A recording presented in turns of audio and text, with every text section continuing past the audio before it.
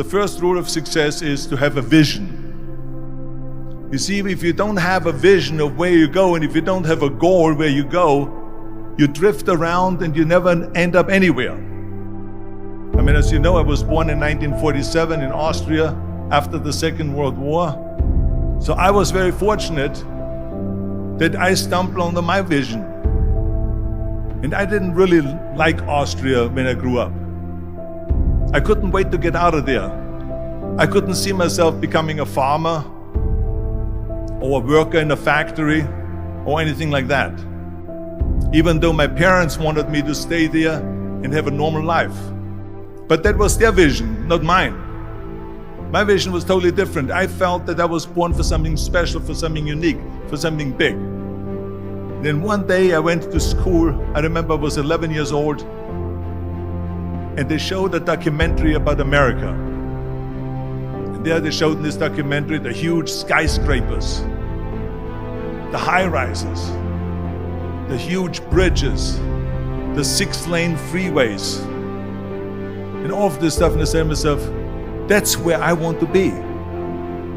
I don't want to be around here with these little farmhouses and these little buildings. I want to be in America. One day after school, I walked by a store in Graz. So I went inside and I looked around, and then I saw a magazine. I saw a bodybuilding magazine that had Reg Park on the cover. Reg Park was then a 3-time Mr. Universe. And I saw him on the big screen as Hercules. I read that and I said to myself, wow, this is the blueprint for my life. This is exactly what I want to do. I want to become a bodybuilding champion just like Reg Park. I want to get into movies just like Reg Park. And I want to make millions of dollars and be rich and famous just like Reg Park. Do you know how great it felt that I knew where I was going? Imagine the majority of people don't know where they're going. I knew where I was going, that I'm going to become this bodybuilding champion just like him. So it was just a question of how do you do it? I was so relieved, because when you have a goal, when you have a vision, everything becomes easy. So people always ask me, when they saw me in the gym in the pumping iron days, they say, why is it that you're working out so hard? 5 hours a day, 6 hours a day, and you have always a smile on your face. And I told people all the time, I said, because to me, I'm shooting for a goal. In front of me is the Mr. Universe title. So every rep that I do gets me closer to accomplishing that goal, to make this goal, this vision turn into reality. Every single set that I do, every repetition, every weight that I lift will get me a step closer to turn this goal into reality. So I couldn't wait to do another 500-pound squat. I couldn't wait to do another 500-pound bench press. I couldn't wait to do another 2,000 reps of sit-ups. I couldn't wait for the next exercise. At the age of 20, I went to London and I won the Mr. Universe contest as the youngest Mr. Universe ever. And it was because I had a goal. So let me tell you something, visualizing your goal and going after it makes it fun. You've got to have a purpose no matter what you do in life. You've got to have a purpose. 74% hate their job in America. Now, this is not much different when you come to Europe. The majority of people don't like what they're doing, because they're really not doing it because they didn't have a goal and they followed this goal. They just aimlessly drift around, and then all of a sudden there's a job opening, so they get that job because you have to work.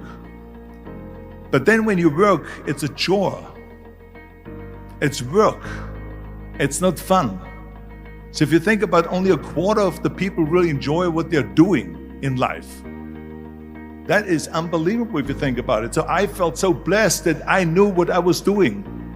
It's like a medical student that studies and knows he wants to become a doctor. You know where to go. And the same thing is also in politics. I remember that in politics, I had a very clear vision that I will be the leader of California. That's as far as I could go, because I was not born in America, so I could not run for president. So being the governor of the 5th largest state I should say the largest state, the fifth largest economy in the world, was for me really the ultimate title, the ultimate accomplishment in politics. So even though people came up to me and says, why don't you go and run for something smaller, you're never gonna make it. I ran for governor, and then 2 months later I became governor of the state of California. Again, because I had a very clear vision what I'm gonna do with California. So that's rule number one, have a vision. Rule number two is, don't listen to the naysayers. Don't listen to the naysayers.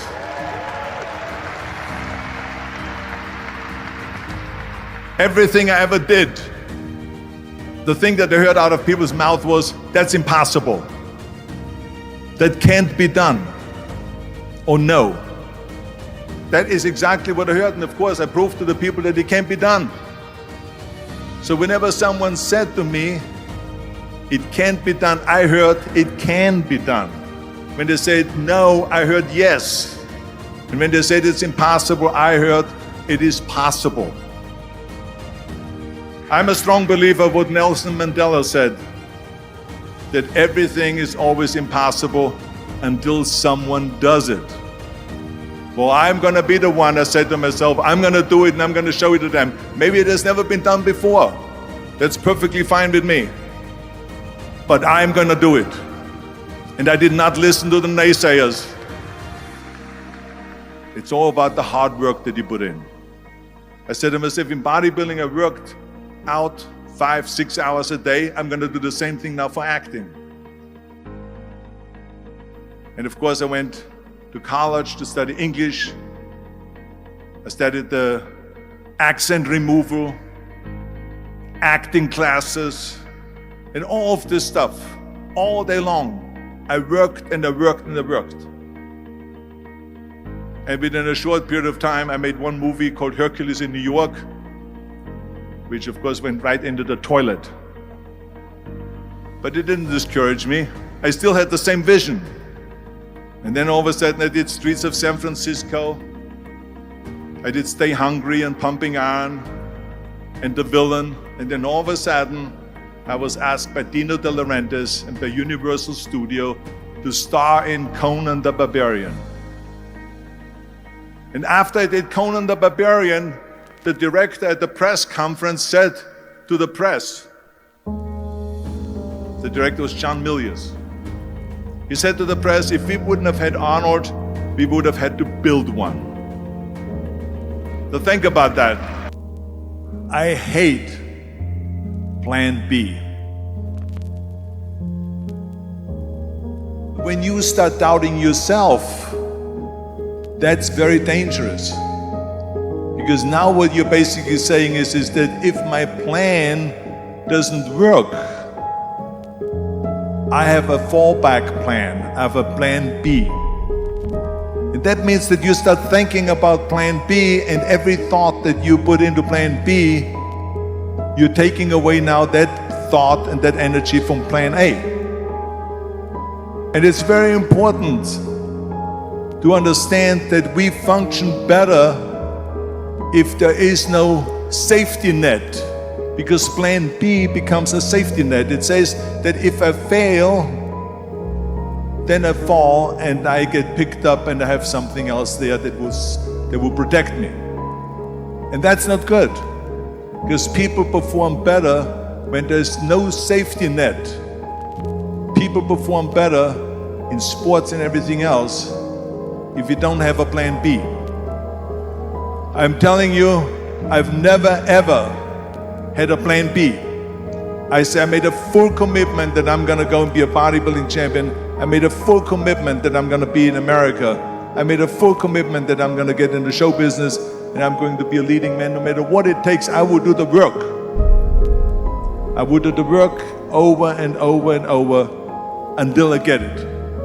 And the same was in politics, in everything like that. So to me, it is very dangerous to have a plan B, because you're cutting yourself off from the chance of really succeeding. And the reason, one of the main reasons why people want to have a plan B is because they are worried about failing. What is if I fail, then I don't have anything else? Well, let me tell you something, don't be afraid of failing, because there's nothing wrong with failing. You have to fail in order to climb that ladder. There's no one that doesn't fail.